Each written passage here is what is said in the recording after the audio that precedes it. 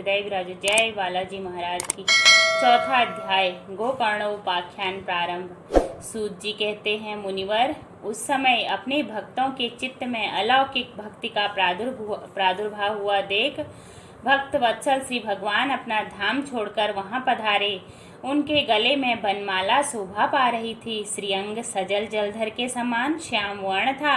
उस पर मनोहर पीताम्बर सुशोभित था। कटिप्रदेश करधनी की लड़ियों से सुसज्जित था। सिर पर मुकुट की लटक और कानों में कुंडलों की झलक देखते ही बनती थी। वे त्रिभंग ललित भाव से खड़े हुए चित्त को चुराए लेते थे। वक्षस्थल पर कौस्तुभ मणि दमक रही थी। सारा श्रीअंग हरिचंदन से चर्चित था।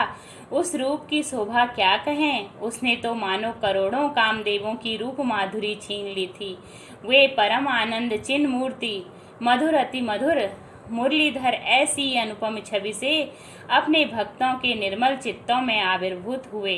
भगवान के नित्य लोक निवासी लीला परिकर उद्धव आदि वहां गुप्त रूप से उस कथा को सुनने के लिए आए हुए थे। प्रभु के प्रकट होते ही चारों ओर जय हो की ध्वनि होने लगी। उस समय भक्ति रस का अद्भुत प्रभाव चला। बार बार अबीर गुलाल और पुष्पों की तथा शंख ध्वनि, पुष्पों की वर्षा और शंख ध्वनि होने लगी। उस सभा में जो लोग बैठे थे उन्हें अपने देह, गेह और आत्मा की कोई भी सुधि न रही। उनकी ऐसी तन्मयता देख नारद जी कहने लगे, मुनीश्वर गण, आज सप्ताह श्रवण की मैंने यह बड़ी ही अलौकिक महिमा देखी। यहाँ तो जो बड़े मूर्ख, दुष्ट और पशु पक्षी भी हैं, वे सभी अत्यंत निष्पाप हो गए हैं। अतः इसमें संदेह नहीं कि कलिकाल में चित्त की शुद्धि के लिए इस भागवत कथा के समान मर्त्यलोक में पाप पुंज का नाश करने वाला कोई दूसरा पवित्र साधन नहीं है। मुनिवर, आप लोग बड़े कृपालु हैं। आपने संसार के कल्याण का विचार करके यह बिल्कुल निराला ही मार्ग निकाला है। आप कृपया यह तो बताइए कि इस कथा रूप सप्ताह यज्ञ के द्वारा संसार में कौन कौन से लोग पवित्र हो जाते हैं। सनकादि ने कहा, जो लोग सदा तरह तरह के पाप किया करते हैं, निरंतर दुराचार में ही तत्पर रहते हैं तथा उल्टे मार्गों से चलते हैं, तथा जो क्रोधाग्नि से जलते रहने वाले कुटिल और काम परायण हैं, वे सभी इस कलयुग में सप्ताह यज्ञ के द्वारा पवित्र हो जाते हैं।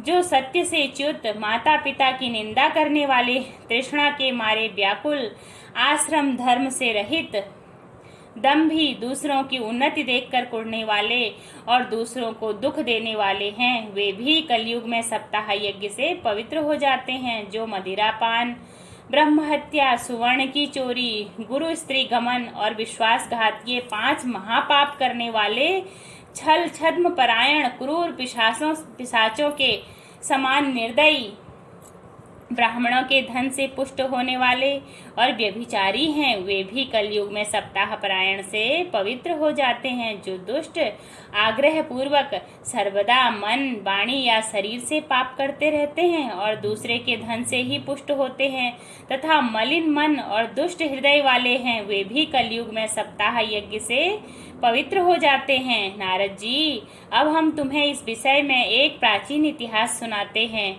उसके सुनने से ही सब पाप नष्ट हो जाते हैं।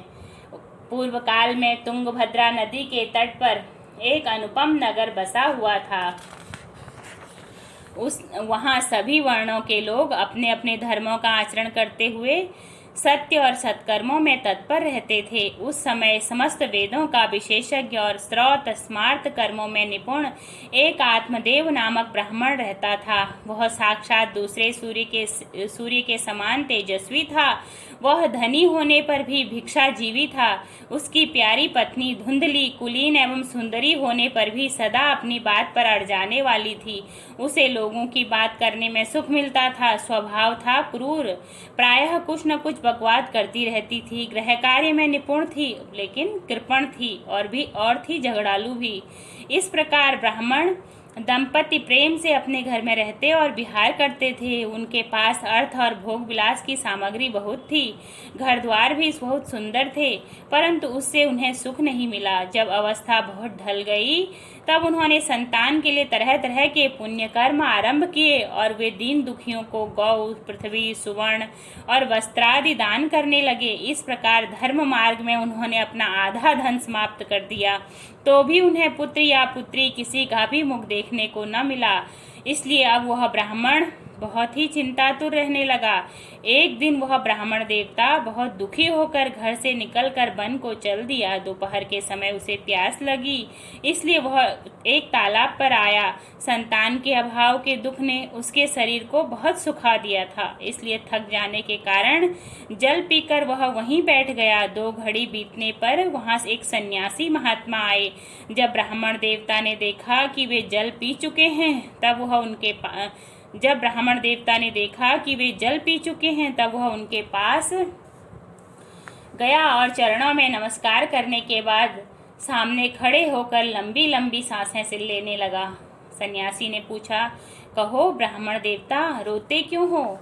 ऐसी तुम्हें क्या भारी चिंता है? तुम जल्दी ही मुझे अपने दुख का कारण बताओ। ब्राह्मण ने कहा, महाराज, मैं अपने पूर्व जन्म के पापों से संचित दुख का क्या वर्णन करूं? अब मेरे पितर मेरे द्वारा दी हुई जलांजलि के जल को अपने अब मेरे पितर मेरे द्वारा दी हुई जलांजलि के जल को अपनी चिंताजनित सांस से कुछ गर्म करके पीते हैं। देवता और ब्राह्मण मेरा दिया हुआ प्रसन्न मन से स्वीकार नहीं करते। संतान के लिए मैं इतना दुखी हो गया हूँ कि मुझे सब सूना ही सूना दिखाई देता है।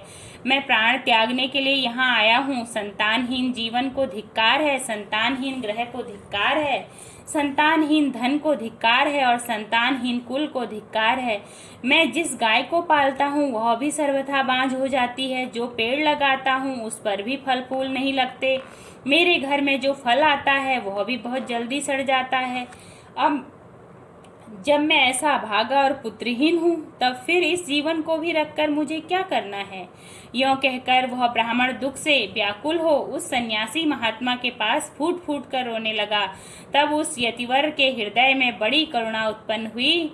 वे योगनिष्ठ थे। उन्होंने उसके ललाट की रेखाएं देखकर सारा वृतांत जान लिया और फिर उससे विस्तार पूर्वक कहने लगे। सन्यासी ने कहा, ब्राह्मण देवता, इस प्रजा प्राप्ति का मोह त्याग दो।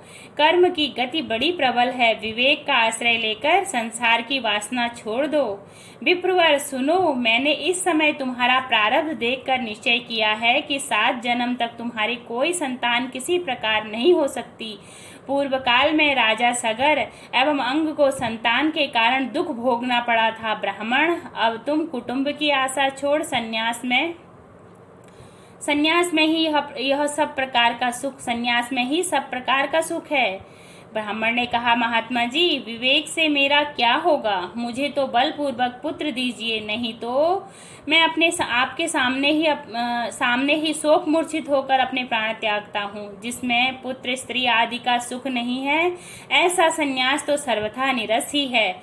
लोक में सरस तो पुत्र पौत्रादि से भरा पूरा गृहस्थ आश्रम ही है। ब्राह्मण का ऐसा आग्रह देखकर उस तपोधन ने कहा, विधाता के लेख को मिटाने का हठ करने से राजा चित्रकेतु को बड़ा कष्ट उठाना पड़ा था। इसलिए दैव जिसके उद्योग को कुचल देता है, उस पुरुष के समान तुम्हें भी पुत्र से सुख नहीं मिल सकेगा। तुमने जो बड़ा हठ पकड़ रखा है और अर्थी के रूप में तुम मेरे सामने उपस्थित हो, ऐसी दशा में तुमसे क्या कहूँ। जब महात्मा जी ने देखा कि यह किसी प्रकार अपना आग्रह नहीं छोड़ता, तब उन्होंने उसे एक फल देकर कहा, इसे तुम अपनी पत्नी को खिला देना, इससे उसके एक पुत्र उत्पन्न होगा।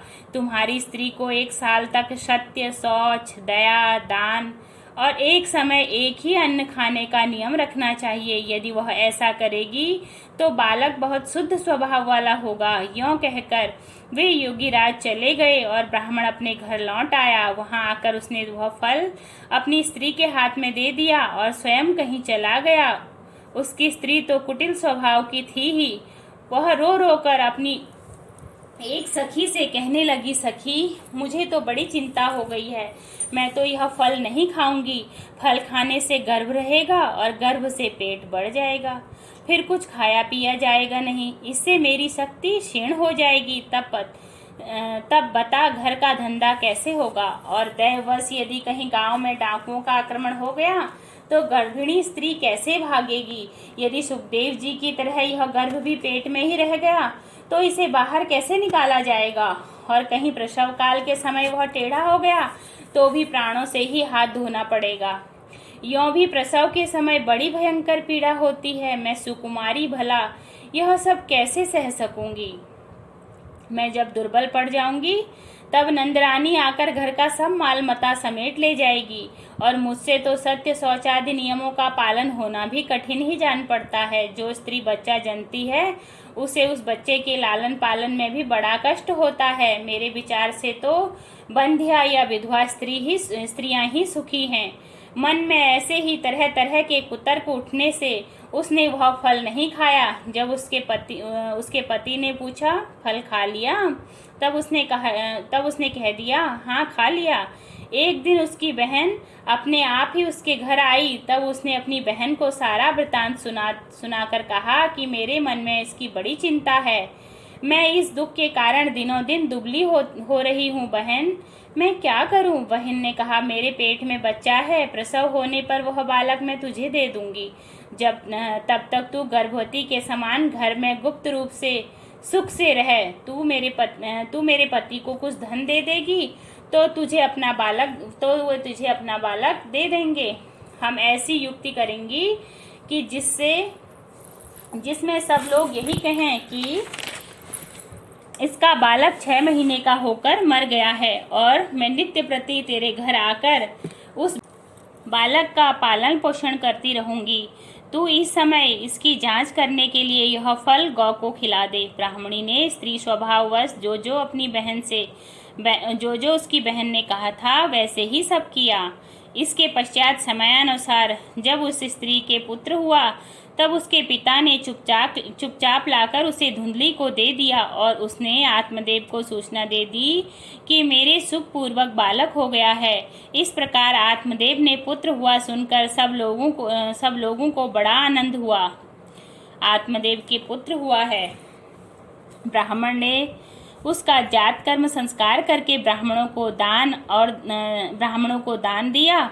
और उसके द्वार पर गाना बजाना तथा अनेकों प्रकार के मांगलिक कृत्य होने लगे। धुंधली ने अपने पति से कहा मेरे स्तनों में तो दूध ही नहीं है, फिर गौ आदि किसी अन्य जीव के दूध से तो मैं इस बालक का किस प्रकार पालन करूंगी। मेरी बहन के अभी बालक हुआ था, वह मर गया है। उसे बुलाकर अपने यहाँ रख लें तो वह आपके इस बच्चे का पालन पोषण कर लेगी। तब पुत्र की रक्षा के लिए आत्मदेव ने वैसा ही किया तथा माता धुंधली ने उस बालक का नाम धुंधकारी रखा। इसके बाद 3 महीने बीतने पर उस गौ के भी एक मनुष्य आकार बच्चा हुआ। वह सर्वांग सुंदर, दिव्य, निर्मल तथा सुवर्ण की सी कांति वाला था। उसे देखकर ब्राह्मण देवता को बड़ा आनंद हुआ। उसने स्वयं ही उसके सब संस्कार किए। इस समाचार से और सब लोगों को भी बड़ा आश्चर्य हुआ और वे बालक को देखने के लिए आए तथा आपस में कहने लगे देखो भाई, अब आत्मदेव का भाग्य कैसा उदय हुआ है। कैसे आश्चर्य की बात है कि गौ का भी ऐसा दिव्य रूप बालक उत्पन्न हुआ है। दैवयोग से इस गुप्त रहस्य का किसी को भी पता न लगा। आत्मदेव ने उस बालक के गौ के से कान देखकर उसका नाम गोकर्ण रखा। कुछ काल बीतने पर वे दोनों बालक जवान हो गए। उनमें गोकर्ण तो बड़ा पंडित और ज्ञानी हुआ, किंतु धुंधकारी बड़ा ही दुष्ट निकला। स्नान शौचादि ब्राह्मणोचित आचारों का उसमें नाम भी न था और न खान पान का ही कोई परहेज था। क्रोध उसमें बहुत बढ़ा चढ़ा था। वह बुरी वस्तुओं का संग्रह किया करता था। मुर्दे के हाथ से छुआया हुआ अन्न भी खा लेता था। दूसरों की चोरी करना और सब लोगों से द्वेष बढ़ाना उसका स्वभाव बन गया था। छिपे वह दूसरों के घरों में आग लगा देता। आग लगा देता था, दूसरों के बालकों को खेलने के लिए गोद में लेता और उन्हें चट कुएं में डाल देता। हिंसा का उसे व्यसन सा हो गया था। हर समय ही वह अस्त्र शस्त्र धारण किए रहता और बेचारे अंधे और दीन दुखियों को तो व्यर्थ तंग करता। चांडालों से उसका विशेष प्रेम था। बस हाथ में फंदा लिए कुत्तों की टोली के साथ शिकार की टोह में घूमता रहता।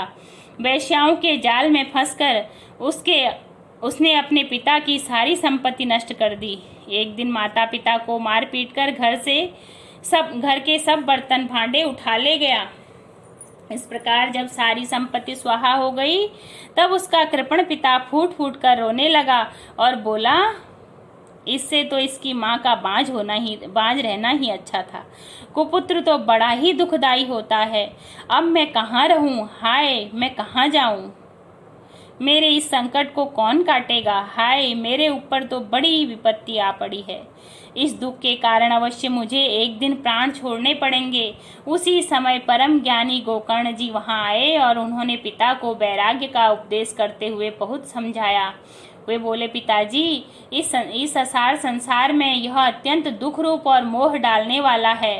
पुत्र किसका, धन किसका, स्नेहवान पुरुष रात दिन दीपक के समान जलता रहता है।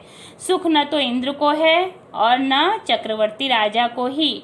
सुख है तो केवल विरक्त एकांत जीवी मुनि को। यह मेरा पुत्र है, इस अज्ञान को छोड़ दीजिए।